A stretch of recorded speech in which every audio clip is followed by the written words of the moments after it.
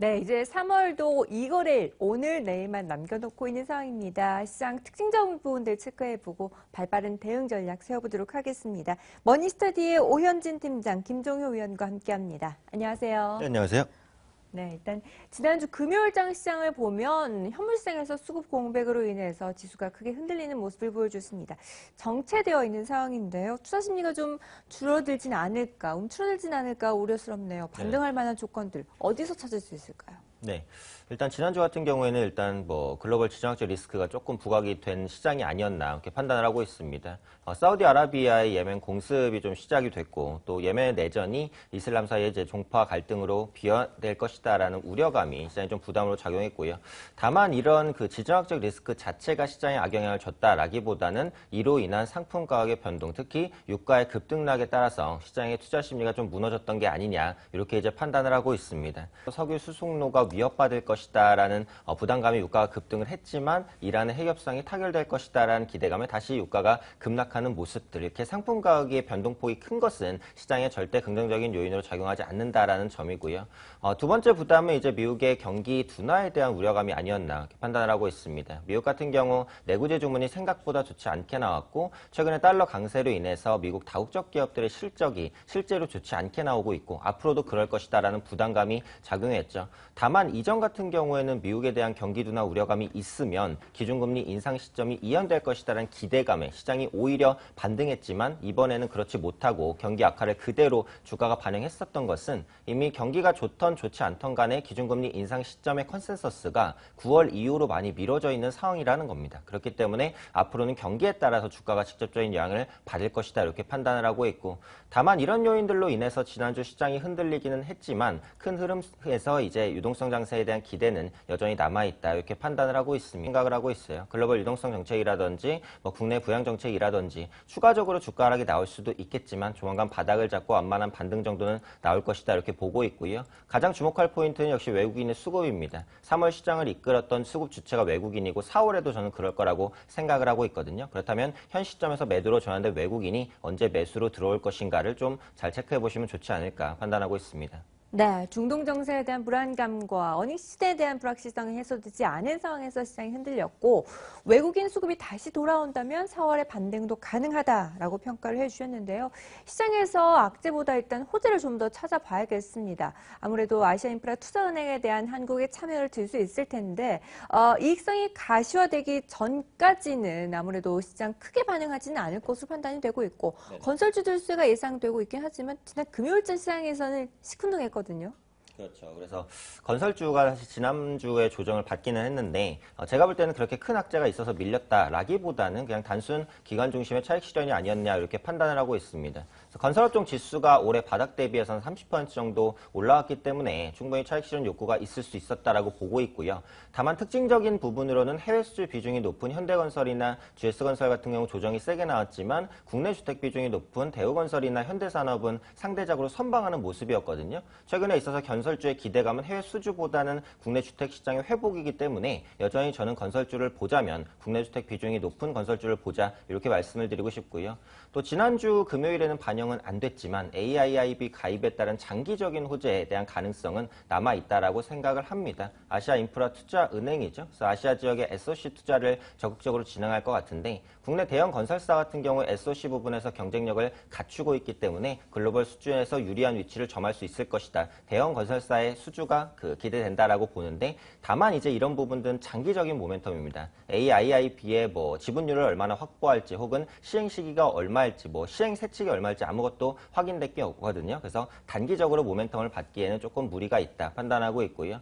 현 시점에서 관심을 가질 만한 건설주는 대우건설로 말씀드리도록 하겠습니다. 국내 주택시장 회복에 따른 수혜가 좀 기대가 되는데 최근에 미분양 아파트의 물량이 좀 감소하고 있고요. 분양가 상한제가 해제된 물량들이 좀 나오고 있는 부분들 향후 실적 개선으로 이어질 것이다. 현 수준에서는 가격 매력을 갖고 있는 종목이다 판단하고 있습니다. 네, 일단 매력은 확보해 놓은 상태고 그 이후로 주가 흐름을 좀 더 지켜봐야겠다라고 말씀해 주셨습니다.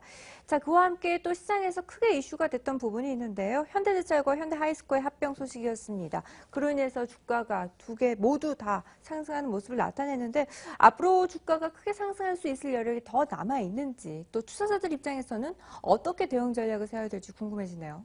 네, 그래서 현대제철과 현대하이스코의 합병 가능성이 제기가 됐죠. 물론 공시에서는 이제 그 합병이 확정되진 않았다. 다만 추진하는 사항이 있으면 이제 1개월 내로 재공시를 하겠다라고 했기 때문에 확정 사항은 아니기는 합니다만 어쨌든 제가 볼 때는 시너지 효과가 있기 때문에 올해 내로는 전체 합병이 이루어질 가능성이 높다. 이렇게 이제 판단을 하고 있고요. 합병 시에는 철강 부분의 일원화를 통해서 효율성 확대를 좀 기대해 볼 수 있겠다라고 판단을 하고 있습니다. 그래서 열연을 생산해서 현재 공급하는 현대제철 그리고 자동차 강판이죠. 냉연을 공급하는 현대하이스코가 합병하게 된다면 해외 이제 서비스 센터와의 공급 체계가 일원화될 수 있을 것이다라고 보고 있고요. 양사의 거래에 드는 불필요한 비용이 많이 줄어들겠죠. 그렇다면 구조조정이 진행될 수 있고 그렇다면 기업 입장에서는 인건비 절감 효과를 누릴 수도 있겠다. 이렇게 판단을 하고 있고요. 때문에 현대제철 같은 경우 합병에 따른 외형 확대가 좀 전망이 됩니다. 그래서 현 수준에서도 충분히 추가 반등이 가능하다라고 보고 있고요. 합병하게 됐을 때는 영업이익이 30% 정도 급증하는 효과 그리고 현대제철은 어쨌든 현대차의 물량을 안정적으로 수주하고 있기 때문에 다른 철강 업체에 대비해서 하반 경직성 확보할 것이다라고 보고 있고 반면에 현대글로비스 같은 경우에는 이제 뭐 분할 합병 가능성이라든지 아니면은 합병 시에 따른 그 교환 비율이라든지 이런 비율이 확실하게 정해지진 않았습니다. 그래서 이런 부분들에 대한 불확실성이 있다라는 측면에서 현대하이스코는 약간 보수적으로 현대제철은 긍정적인 관점으로 말씀드리도록 하겠습니다. 네, 일단 쓸데없는 비용에 대해서는 절감 효과를 누릴 수 있을 것 같고 철강 사업 부분에 대한 효율성이 기대가 됩니다. 각 부분별로 다시 한 번 더 투자 전략을 분할해서 세워야 된다라는 의견을 제시해 주셨고요. 위원님은 어떻게 보세요? 일단 합병하게 되면 만약 합병은 뭐 확정된 것은 아닙니다. 합병하게 된다면 뭐 현대제철 쪽으로 무게가 쏠리는 것은 당연하다. 그래서 현대하이스코보다는 현대제철에 관심을 쏟아야 되는 건 맞습니다. 그런데 저는 이렇게 말씀드리고 싶어요. 현대제철이 여러 가지 좋은 점이 있는 건 사실이나 지금 주가가 싸기 때문에 이런 호재를 적극적으로 받아들일 수 있는 겁니다. 그래서 주가가 좀 반등을 해서 PBR 기준으로 한 0.8배 이상 가게 되면 이 기업이 과연 매력이 있을까? 그리고 현대차가 지금 과연 잘 팔리고 있나? 이런 부분들에 대한 근본적인 물음이 다시 나타날 수 있다는 거죠. 그래서 저는 당분간 뭐 반등은 이어질 거다. 그래서 지금 한 0.6배, 0.7배 정도 수준에서 움직이고 있는데 아마 0.8배 정도의 수준, 뭐 주가 기준을 말씀드리면 8만 원에서 9만 원 정도 사이 정도까지는 아마 반등을 시도할 가능성이 높은데 이 정도 가격 가게 되면 또 저평가 매력이 사라지기 때문에 아마 조그만 악재에도 흔들리거나 상승이 정체될 수 있다라고 보고 있어서요. 뭐 그 정도 가격이 오게 되면 파는 것이 좋지 않은가라고 보고 있고요. 또 뭐 최근 뭐 근자에 이런 얘기도 나옵니다. AIAB가 뭐 장기적으로는 이 우리나라 철강주들에게도 좀 긍정적인 이슈가 아닐까 이렇게 생각하시는 분들이 있는데요. 중국도 지금 철강이 남아들고 가동률이 엄청나게 내려간 상황입니다. 그래서 아마 한국에 돌아올 수에는 그렇게 높지 않을 거다라고 보고 있습니다. 네, 그렇군요. 일단 수급적인 측면에서는 밸류에 대한 부담이 있기 전까지는 원활하게 돌아갈 것이다라고 판단을 해주셨는데요. 자, 그렇다면 전체적인 시장에서는 수급적인 측면 어떻게 바라보고 계시나요? 긍정적인가요, 이번 주도? 네, 일단 뭐 전문가 말씀처럼 그 외국인들이 돌아오느냐가 핵심 포인트고요. 저는 또 하나의 포인트는 실적이라고 보고 있습니다. 우리 시장이 상대적으로 최근에 강했던 이유는 1분기 실적이 거의 한 8분기, 9분기 만에 처음으로 시장 예상치를 넘어설 걸로 지금 기대하고 있거든요. 그러니까 만약에 이런 기대치를 채운다면 주식 비중을 더 늘려가는 게 맞겠지만 만약에 이게 이제 또 시장이 또 오버한 것이다, 잘못 예측한 것이다라고 국내 기업들의 실적이 안 좋다면 그때는 뭐 비중을 좀 줄이거나 아니면 종목을 압축하는 게 필요하겠죠. 네, 알겠습니다. 자, 그렇다면 이번 주 어떤 부분에 체크 포인트를 둬야 될까요? 네, 일단 오늘 장에는 아마 옐런 의장의 발언이 시장에 영향을 어느 정도는 좀 미치지 않을까 이렇게 판단을 하고 있는데요. 일단 발언했던 내용들을 간단히 살펴보면 이렇습니다. 연내 안에는 금리 인상이 있을 것이다. 그리고 인플레이션이 금리 인상의 무조건적인 척도는 아니다. 그리고 금리 인상이 진행돼도 점진적으로 진행될 것이다. 아무래도 시장이 예상했던 부분을 거의 이제 뭐 만족시킨 발언이 아니었나. 그런 의미에 있어서는 국내 시장에 오늘 안도감에 의한 반등이 어느 정도는 나타날 수도 있겠다. 이렇게 이제 판단을 하고 있고요. 두 번째로 체크해볼 포인트는 역시 환율과 유가라고 생각을 합니다. 최근에 환율과 유가의 변동성이 다시 한번 커졌거든요. 근데 환율 같은 경우에는 현 수준에서 좀 안정되는 것이, 유가 같은 경우에는 현 수준에서 완만한 반등을 보여주는 것이 시장에는 가장 긍정적이기 때문에 상품 가격이 그런 모습을 보이는지 여부를 체크하시면 좋을 것 같고요.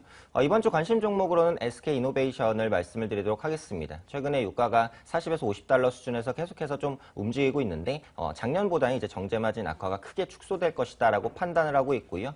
매년 5천억 정도의 영업이익을 주는 EMP 부분의 수익이 견조한 부분들, 그리고 대규모의 PX 증설이 마무리되면서 기업의 효율성을 구축할 수 있는 부분들, 물론 빠른 반등은 아니겠지만 중장기적인 관점에서 보자면 저가에서 모아갈 수 있는 종목이 SK이노베이션이 아닐까 판단하고 있습니다. 네, 상품 시장에 대한 변동성과 함께 SK이노베이션에 대해서 관심을 가져보자라고 전략을 세워주셨습니다. 자, 지금까지 머니스터디의 오현진 팀장, 김종효 위원과 함께했습니다. 말씀 감사합니다. 네, 감사합니다.